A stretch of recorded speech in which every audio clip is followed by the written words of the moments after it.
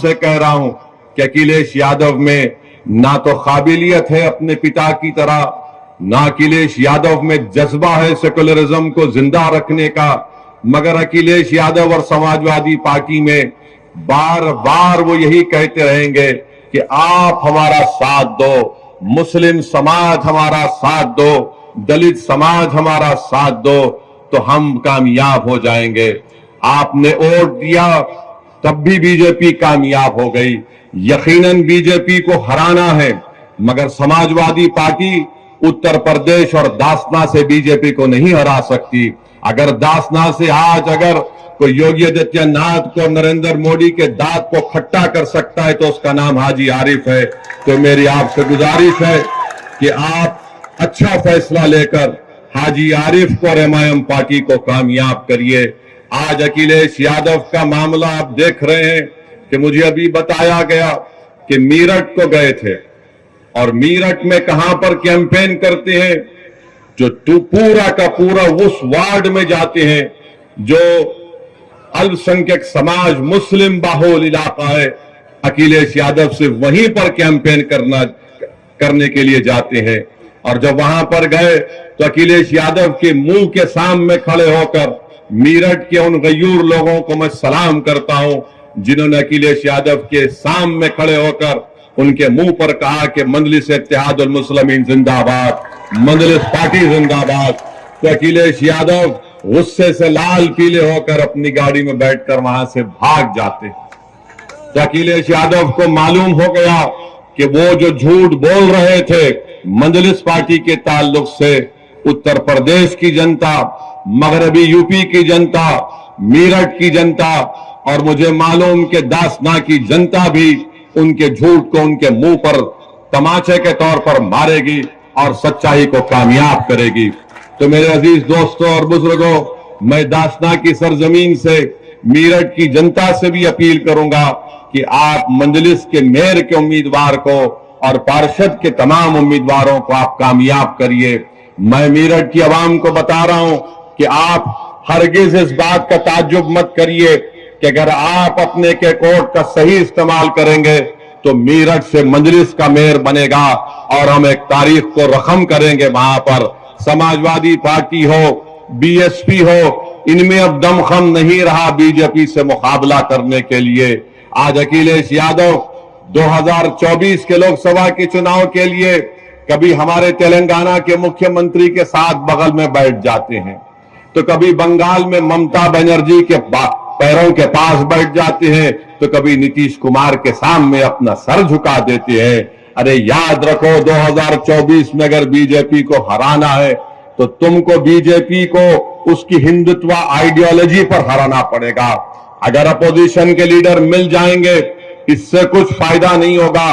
फायदा उस वक्त होगा जब यूपी की जनता को बीजेपी के खिलाफ खड़ा कर दिया जाए और उनसे कहा जाए कि बीजेपी आपको नौकरी देने में नाकाम साबित हुई है। बीजेपी नौजवानों का मुकद्दर बेरोजगार बनाकर रखती है। जब हम यूपी की और भारत की जनता को ये बात समझाने में कामयाब हो जाएंगे कि नरेंद्र मोदी प्रधानमंत्री जरूर बन गए मगर महंगाई को रोक नहीं सके। आज गरीबी बढ़ रही है, बेरोजगारी बढ़ रही है, आज जनता के पास पैसे नहीं है अगर उनके बच्चों को स्कूल में तालीम दिलाने के लिए।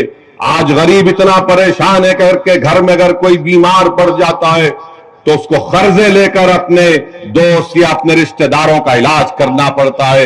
ये सब के सब जिम्मेदार बीजेपी के प्रधानमंत्री, देश के प्रधानमंत्री और उत्तर प्रदेश के मुख्यमंत्री का मामला रहा है। आज अब उत्तर प्रदेश के मुख्यमंत्री से पूछिए कि आपने उत्तर प्रदेश में क्या विकास किया, तो बोलेंगे मैंने बुलडोजर मासूम लोगों के घर पर चढ़ा दिए। उनसे आप पूछिए कि तुमने कौन सा विकास किया, तो बोलेंगे मैंने माफिया को खत्म कर दिया।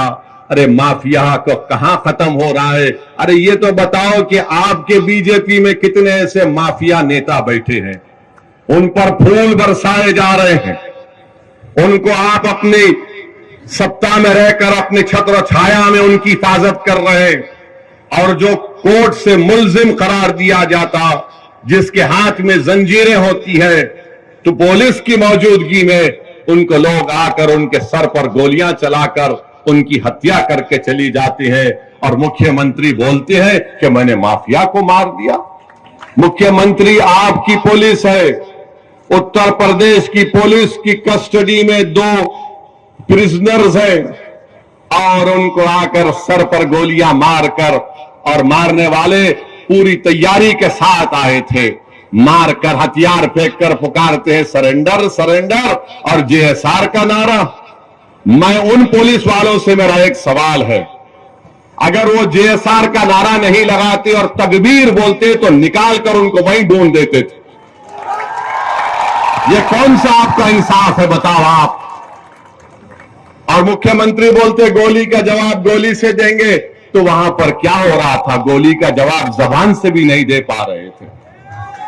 आपकी कस्टडी में किसी की हत्या हो जाती, छोड़ दिए थोड़ी देर के लिए, उन मुल्जिमिन का नाम अतीक और अशरफ था, मगर आपकी कस्टडी में थे, आपने उनको नहीं बचा पाए और आप बड़े बड़े बुलंद बांग दावे कर रहे हैं हम ऐसा कर देंगे।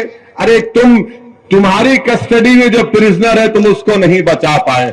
और मैं कह रहा हूं कि एनकाउंटर चाहे किसी समुदाय का हो, उसका नाम कुछ भी हो, एनकाउंटर से लोकतंत्र कमजोर होता है। एनकाउंटर से लोगों का विश्वास लोकतंत्र में, जमहूरियत में कम होता है। एनकाउंटर से कोर्ट जो कानून और इंसाफ के ऊपर अगर कोई इंसाफ करना है तो कोर्ट का काम है।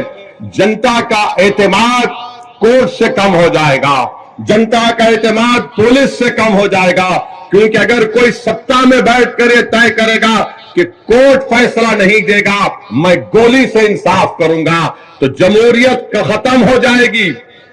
लोकतंत्र को अगर मजबूत करना है तो गोली से नहीं, कोर्ट से इंसाफ करना चाहिए। आखिर वो कौन लोग हैं? मैं फिर से पूछ रहा हूं उत्तर प्रदेश के मुख्यमंत्री से कि जिन लोगों ने इलाहाबाद की सरजमीन पर उन दोनों को गोली मारी, आखिर वो कौन लोग हैं कि उनके एक जो जिसने गोली मारी उसके घर पर झोपड़ी में रहती है उसकी मां, आखिर कैसे उसके पास 8-8 लाख के 2 वेपन आए 16 लाख के? क्या इनको पैसा पाकिस्तान से आया? योगी आदित्यनाथ बताओ हमको, क्या आईएसआई ने उनको पैसा दिया था? क्या ये लश्कर तैयबा के एजेंट थे या नाथूराम गोडसे की नाजायज औलाद थी? ये या तो हाफिज सईद की नाजायज औलाद या फिर गोडसे की नाजायज औलाद हो सकती है। ये मुख्यमंत्री बोलते नहीं है कि कौन है, कौन उनके पीछे है, कि कौन उनको वो 8-8 लाख की एक रिवॉल्वर दिया सेमी ऑटोमेटिक, कहां से हथियार इनको आए? कोई सब भूल गए। मीडिया वाले 3 दिन 4 दिन तक खूब चलाए, उसके बाद बाबा के राज में जो हो रहा वो खामोश बैठ गए, बोले महाराज का मामला है। अरे ये तो दिखाते कि भाई कहां से वो रिवॉल्वर आई, 8-8 लाख के 2-2 वेपन, 16 लाख की वेपन। अच्छा आप ये बात समझो, हम यहां पर दासना को क्यों आए? एक तो हाजी आरिफ, हम उनको बहुत मोहब्बत करते, बहुत चाहते उनको। दूसरा हमारा आने का मकसद यह है कि हम पर जो लोग गाड़ी पर हमारे पर गोलियां चलाए थे वो भी हमारे पीछे चल रहे थे यहां पर, यहीं पर